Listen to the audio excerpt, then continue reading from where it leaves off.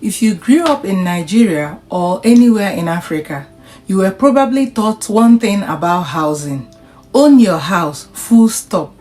Renting is for people who haven't made it yet. And then you came into Canada and suddenly the rules of the game are completely different. The prices are different, the system is different, and that belief you carried with you, it may be leading you to make a financial decision that doesn't actually serve you here. On top of that, everyone in the immigrant community is fighting about this.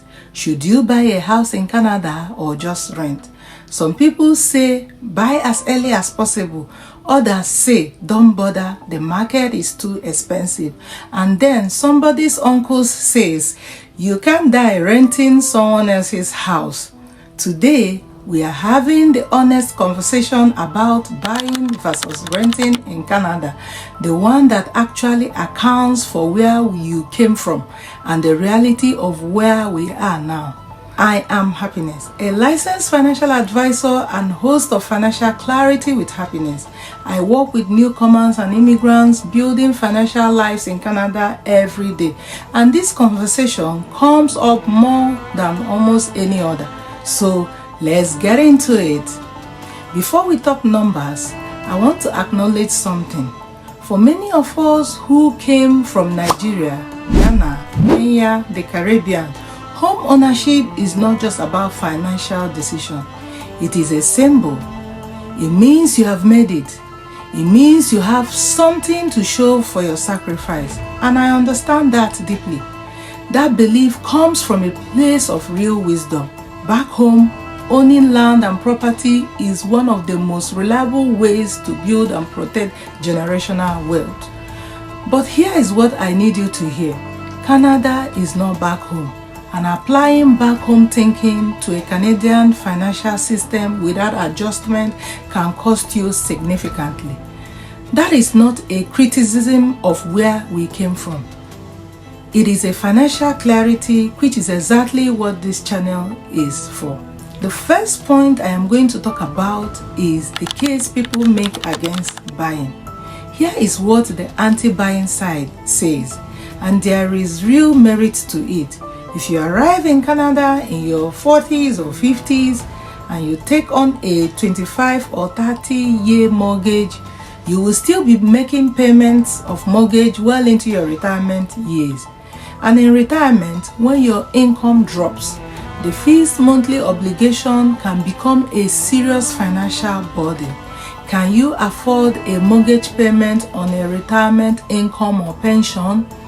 On top of that, Canadian home prices, especially in cities like Toronto and Vancouver, are among the most expensive in the world. The down payment alone can wipe out years of saving. And beyond the mortgage, there are property taxes, maintenance costs, insurance, and the condo fees that many first-time buyers don't fully account for. These are real and valid concerns. And for someone who arrived recently and still finding their financial footing, rushing into home ownership because of cultural pressure is one of the most financially dangerous things you can do. The second point I would like to talk about is the argument against renting forever. But here is where the renting argument has a serious hole in it. If you're worried about paying a mortgage in retirement, what do you think renting in retirement looks like? Rent does not stop. Rent does not get paid off. And rent in Canada increases every year. A $2,000 rent today could be $3,000 or more in 15 years. At least with a mortgage, there is an end date. There is equity building every single month. And there is an asset that grows in value over time. And eventually the payments stop. So both sides of this debate have a real point. The question is never simply buy or rent. The question is, what makes sense of your specific situation, your income, your stage in life, and your financial goals? As a licensed advisor, I never give a blanket answer on this because the right answer genuinely depends on the person sitting in front of me. The third point is the ownership illusion.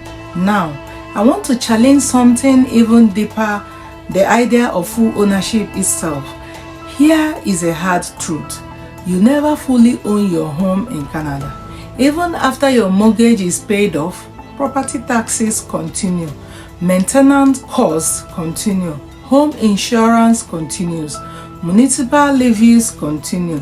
The government always has a claim on your property. So, the obsession with paying off the mortgage completely before feeling like you truly own your home, that finish line does not exist the way we imagine it back home, where land is land and nobody sends you a tax bill every year. This does not mean buying is bad. It means we need to reframe what we are buying for. Stop buying for the feeling of ownership. Start buying for equity, stability, and affordability. Equity is the portion of your home you actually own, and it grows every time you make a mortgage payment, and every time the property increases in value. That equity is real wealth. The equity can fund your retirement, support your children, or even be passed on as a legacy. Are you chasing the symbol of ownership, or are you building actual wealth? The fourth point is the saying, I will just retire back home. I'm not just gonna retire here in Canada. Now, I want to address one more argument I hear constantly in our communities, and it sounds very logical on the surface. Don't buy in Canada, just rent, save your money, and when you retire, go back home. No mortgage, no Canadian rent, problem solved. I hear this and I understand the thinking behind it, but let me show you why owning property actually makes that plan even more powerful, not less. Let's say you spent 15 to 25 years renting in Canada and saving diligently. You retire and go back home with your savings. That's a good plan. Now, let's say instead, you spend those same 15 to 25 years paying a mortgage on an affordable Canadian property. You retire, you sell that property and go back home. The renter goes home with savings. The owner goes home with savings plus the proceeds of a Canadian real estate sale, which in today's market could be $500,000, $700,000 or more depending on location and timing. Now, convert that into Nigerian naira, into Ghanaian cedis, into Jamaican dollars, into any currency that goes further than the Canadian dollar. Suddenly, you're not just retiring comfortably back home, you are retiring with generational wealth. You're building a home outright. You're setting up your children. You're doing everything our culture values, but from a position of real financial strength. The plan to retire back home is not an argument against buying in Canada. It is one of the strongest arguments for buying in Canada, if you do it affordably and at the right time. Because the beauty of a Canadian real estate is this: it doesn't care where you retire. You can sell it from anywhere. The equity belongs to you regardless of which country you chose to spend your retirement in. So the real question is not, should I buy or rent if I plan to go back home one day? The real question is, what financial position do I want to be in when that day comes? The fifth point is buy affordability. So here is where I land on this, and I say this as both a licensed financial advisor and as someone who understands the immigrant experience intimately. Don't let cultural pressure rush you into a home you cannot afford, but don't let the fear of the mortgage keep you renting forever either. The goal is to buy affordably at the right time, in the right market, at a price that works for your income and your life stage. What does buying affordably mean in practice? In Canada, the general guideline is that your total housing costs should not exceed 32% of your gross monthly income. If buying pushes you beyond that, you are house poor. You own a home, but you cannot live your life. It also means considering markets outside the expensive cities.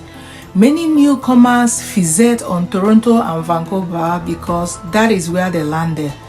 But cities like Calgary, Edmonton, Halifax, and smaller Ontario cities offer far more affordable entry points with strong rental markets and growing economies. And it means buying when you're financially ready, not when your community expects you to. I have seen families stretch themselves into homes they could not afford because of community pressure, and the financial stress that followed undid years of hard work. Please, do not let anyone else's timeline become yours. So, let's bring it all together. 1. The cultural belief that renting means failure does not apply in the Canadian context. Release that pressure. 2. Renting forever is not the answer either. Rent never ends and equity never builds. 3. Full ownership is an illusion. Property taxes and bills never stop. Buy for equity, not for symbol. 4. The plan to retire back home is not a reason to avoid buying. So that retirement, Canadian property gives you the freedom to retire anywhere in the world from a position of strength. And finally, the real answer is to buy affordably at the right time, in the right market, for your specific situation. Whether you buy or rent, the most important thing is what you do with your money in the meantime. Because wealth is not built in the house you live. It is built in the decisions you make every single month. If this gave you a new way of thinking about this decision, share it with someone in your community who needs to hear it. This is exactly the kind of conversation we don't have enough of. Subscribe to Financial Clarity with Happiness. Every week, I break down personal finance, income protection, and wealth building in plain language for anyone building a life in Canada. Drop your thoughts in the comments. Are you team buy or team rent right now? I read every single one. And if you haven't watched our video on how to become a millionaire on a low salary in Canada, watch it next right here. I am Happiness. I will see you in the next video.